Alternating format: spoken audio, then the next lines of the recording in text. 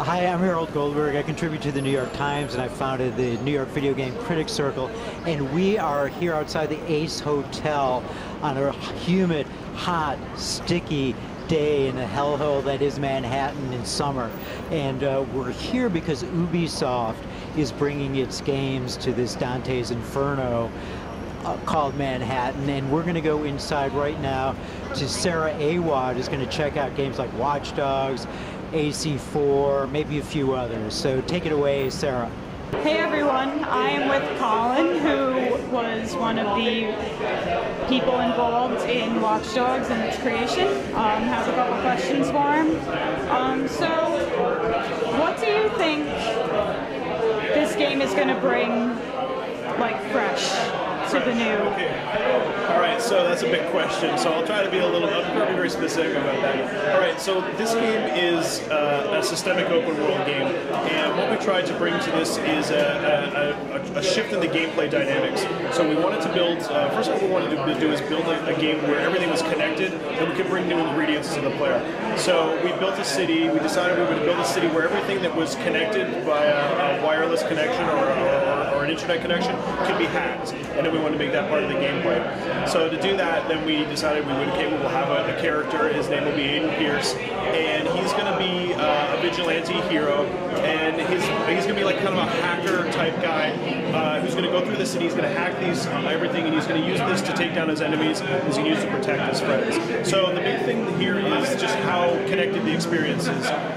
It creates a very different experience that maybe players are used to playing, because you can be creative and you can be innovative with the way that you use the ingredients. And it's systemic, so all of these systems play together, and it's different every time that you play it. That sounds pretty cool. So in terms of when someone plays this game, what do you want people to take from it at its core? Well, I mean, okay, at its core, the game, well, like creatively, the game is kind of an expression of the time that we live in. I mean, we're in a time where we're seeing increased surveillance and monitoring. We're more and more wired and connected than we ever were before. And we would like, maybe if we wanted somebody to take away something from this, it would be to just think about how connected you really are. Think about how you fit into this like data cluster that the world is. What is your digital footprint? What are you leaving on the world? So this game's obviously been in development for a while now, and how are you able to, during the process, keep it relevant to what's happening now? Well, a lot of times people come up with a movie or a video game or a book or something, and it seems to be slightly ahead of its time. And I think that that's because often creative people are researching, when they're doing their research, they're asking the experts, what's going on? What are you concerned about? So when we started out, very first thing we wanted to do is we wanted to make gameplay that was fun. So we were focusing on driving, and we were focusing on free running and hacking and how that all fit together. And then when we started to think about how you could hack a bridge or how you could open a door wirelessly, we started to realize that these systems are all actually connected together in real life. And when we talk to those experts that are people that are experts in those systems, they're called SCADA systems. These people told us they're very concerned about security. Like, these are the things that control nuclear reactors, the things that control traffic lights and water systems. And they had already had the concern for this. So we realized very quickly that what we were doing was based in reality. It's not a fantastic thing. The only thing that we've done is compress the act of hacking down to the pressing a button, right? I mean, you don't have to sit there and write the lines of code and try to figure your way through the system. You just press a button and you hack it. That's how we've extrapolated that into our gameplay experience. Awesome. Now, what are we looking at in regards to the story, our main character, okay. More about him? So I'll tell you a little bit about Aiden Pierce. So he's a rough and tumble, kind of a guy who's grew up on the streets of Chicago. He's not maybe the most well-balanced guy, but he's got really good skills. He's really in demand for people. He's kind of crosses the line between being a man of the streets and being a hacker himself. He, through a tragedy in his own family, he's lured back into his old life. He drags up some old contacts and some dirt, and just drags him back into the world that he's trying to leave behind. So why Chicago? Okay, well, when we were looking for a city to pick, we were really enthused by the idea of surveillance, and Chicago was one of the most surveilled cities in North America at the time when we started developing the game. It also offers us a rich, criminal history. I mean, this city's just been ripe with crime for years and years, and it's actually got a very strong historical significance too. It just felt like the kind of place that Aiden Pierce should be from.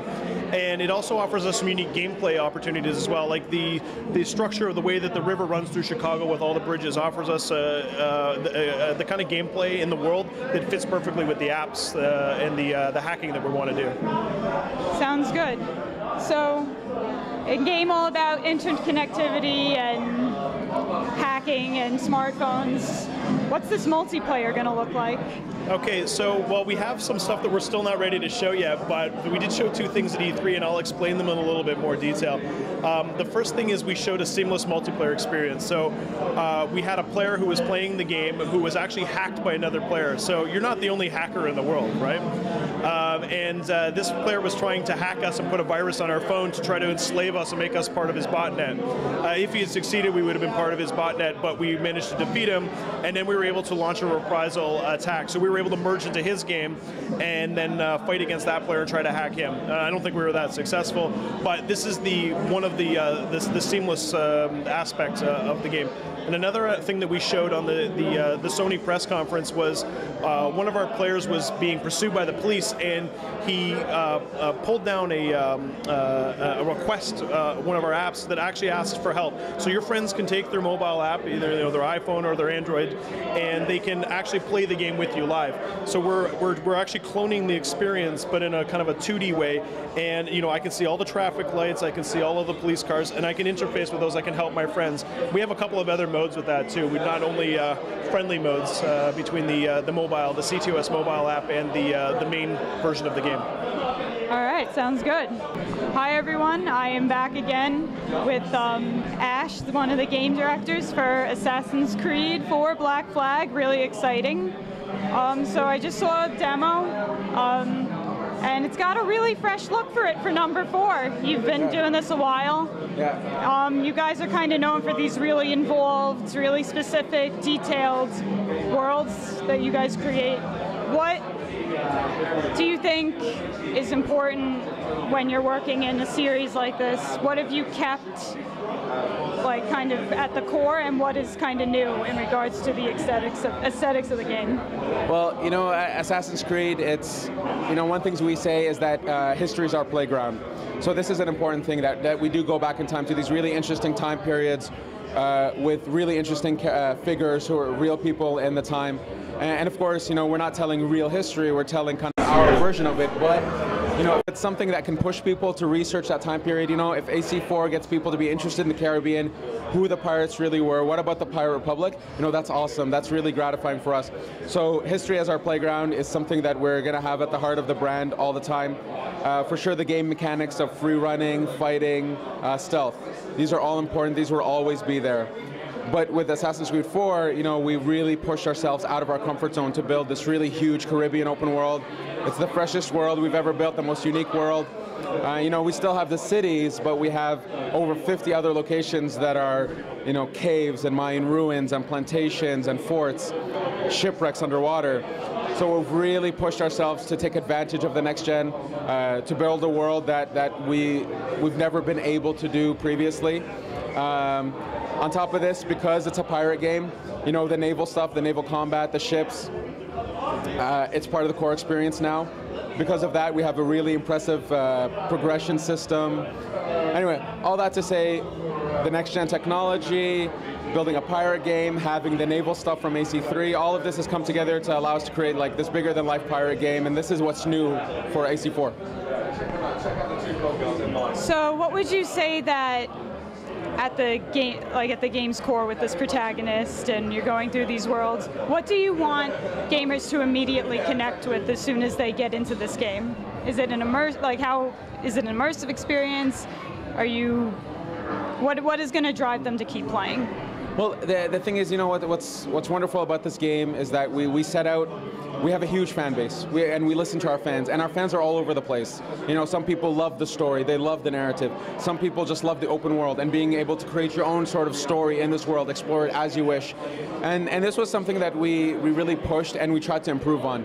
This idea that you have many different storylines that you can be a part of, side missions and different activities. You have the main path, which is a really detailed view of Edward and his struggle with the assassins, with the Templars, his struggle to be a pirate with this pirate republic. And then on top of that, we have this massive Caribbean world that, players can get lost in. Honestly, I would absolutely love, and as a dev team, we would love the idea that you're going to start your next mission. It's somewhere out in the world, you go to start it, but then 45 minutes have passed, you're nowhere near the mission start, and you've just been lost in the world. This would be so gratifying for us if this was to happen.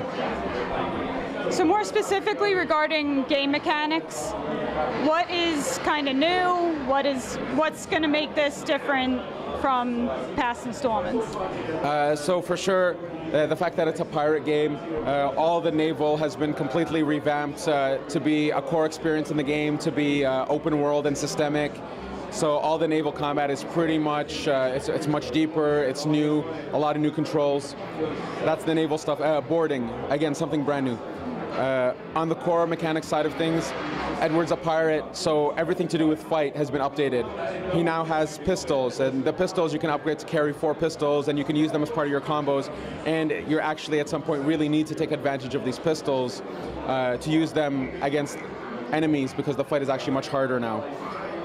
So the fight's been heavily updated, also to reflect the fact that he's dual-wielding 2 swords and he's a pirate-style fighter.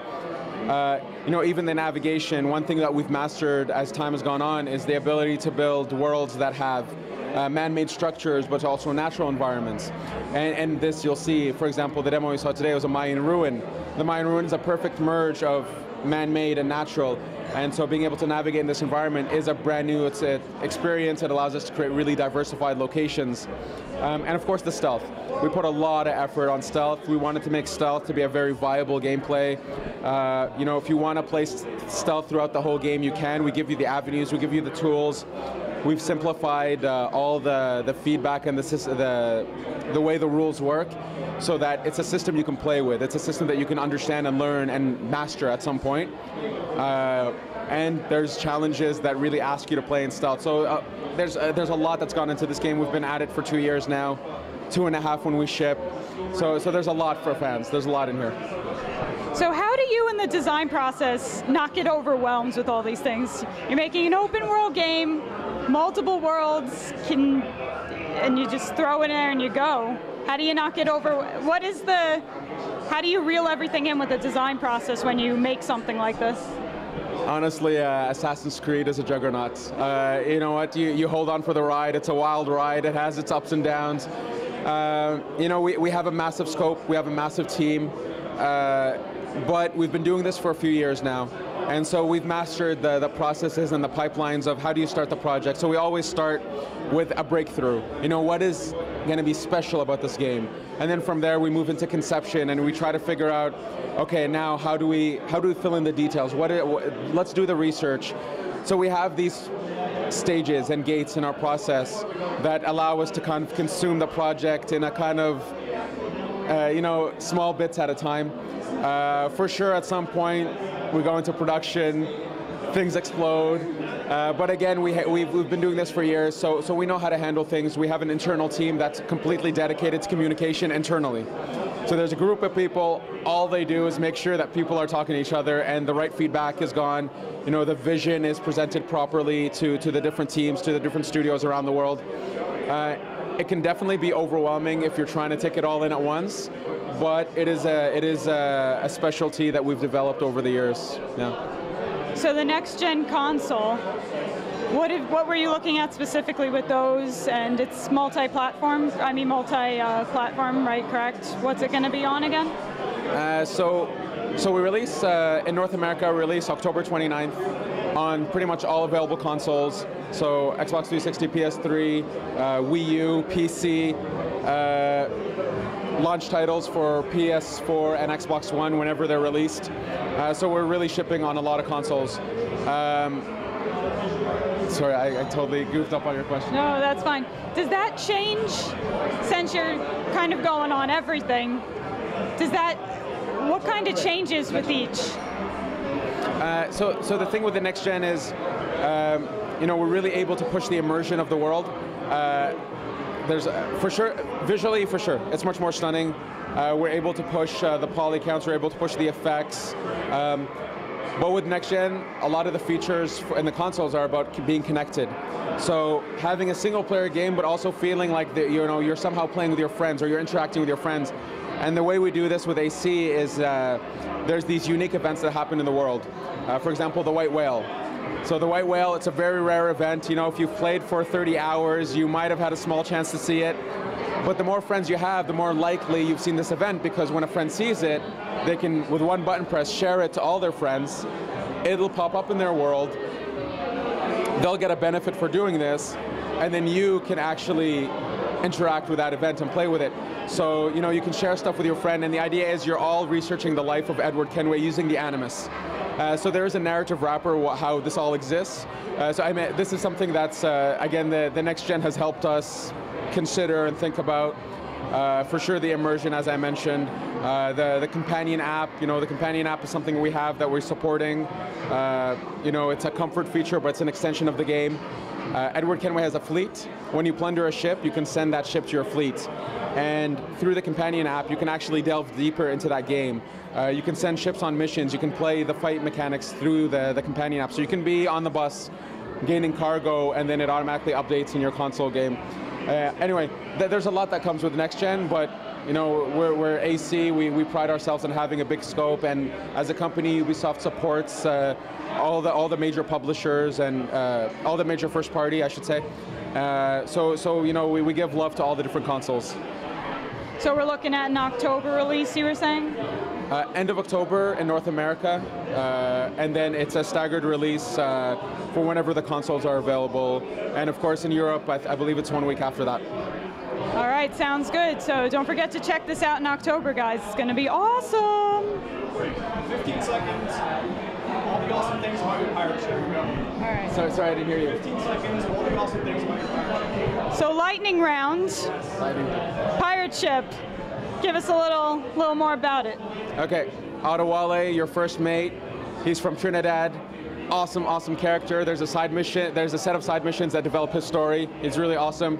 Your crew, the more you progress in the game, the more they cheer you on. There's even some funny moments to do with that. The Jackdaw, you have 7 different weapons on it. You can upgrade all of them to your heart's content. Lots of customization. You still have to repair the ship, though. You have to take care of it.